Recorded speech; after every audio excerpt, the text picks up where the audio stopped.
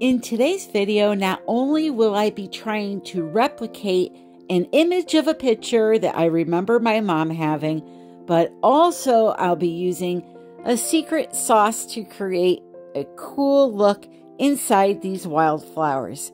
So sit back, relax, and let's get started.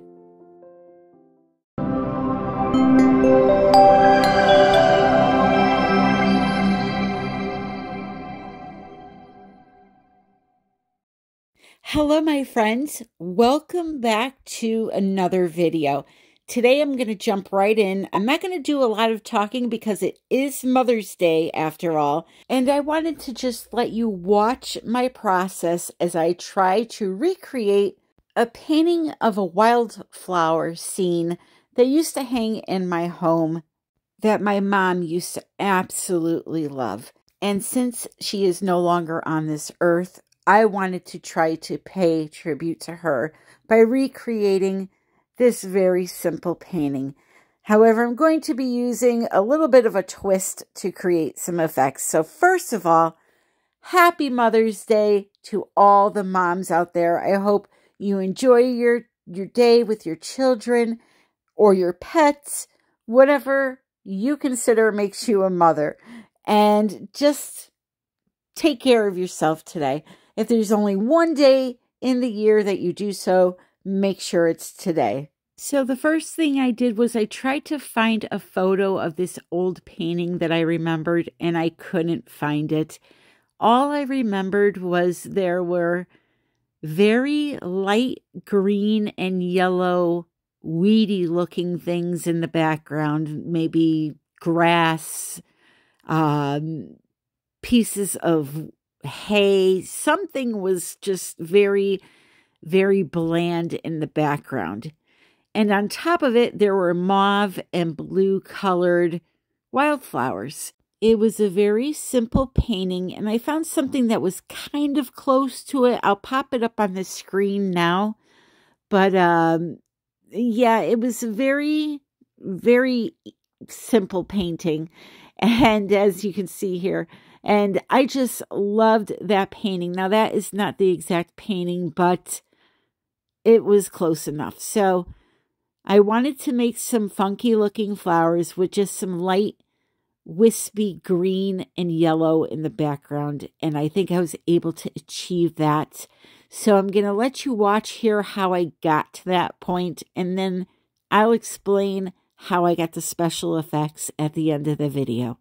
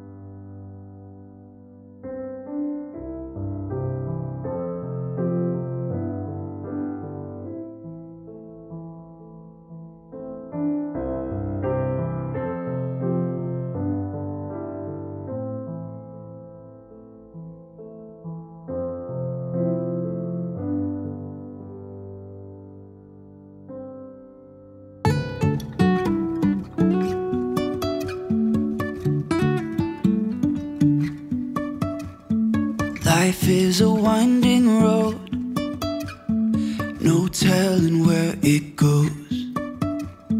Driving through days and nights, won't stop for traffic lights. And I really wanna know, if I'll ever figure out where the road goes. Even if I'm falling down, I will keep on searching for my highs. You can say I lost my mind, I will keep on holding my head high, even if the sky is falling down.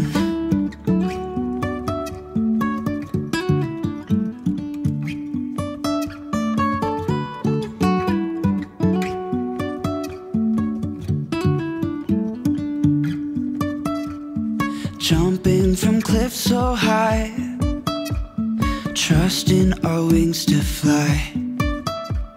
Sometimes we're crashing down, but we get up and start from the ground. And I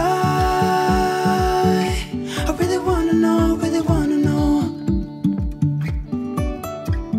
if I'll ever figure out where the road goes. Even if I'm falling down, I will keep on searching for my highs. You can say I lost my mind, I will keep on holding my head high, even if the sky is falling down. Even if the sky is falling down, yeah. The sky is falling down.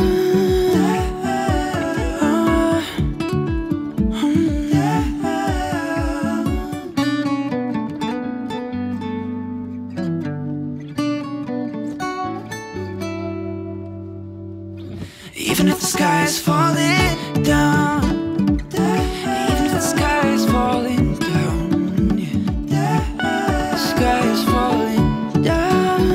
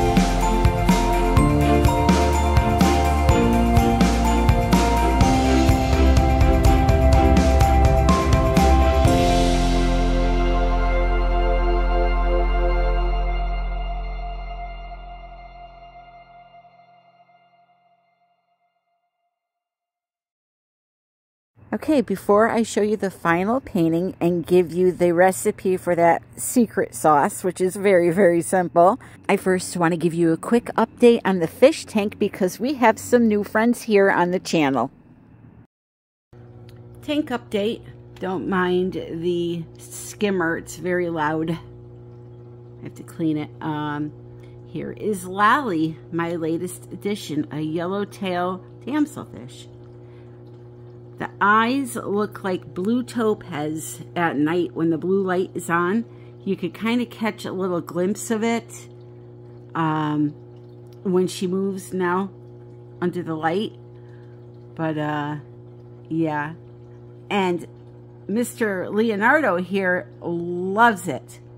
He became a real fish once I put that one in the tank. I swear, every day he was just hanging out in the corner looking bored. I felt so bad for him, but I had to wait for like my water to get to the right parameters before I could add another fish because I didn't want to kill him with ammonia and everything. So now that that happened, I was able to add little Lolly in, and they love each other. Leo's even going through the rock now and swimming on top of it. It's just absolutely amazing. I'm so happy that he's happy now. Look at, they're like best friends, best buds.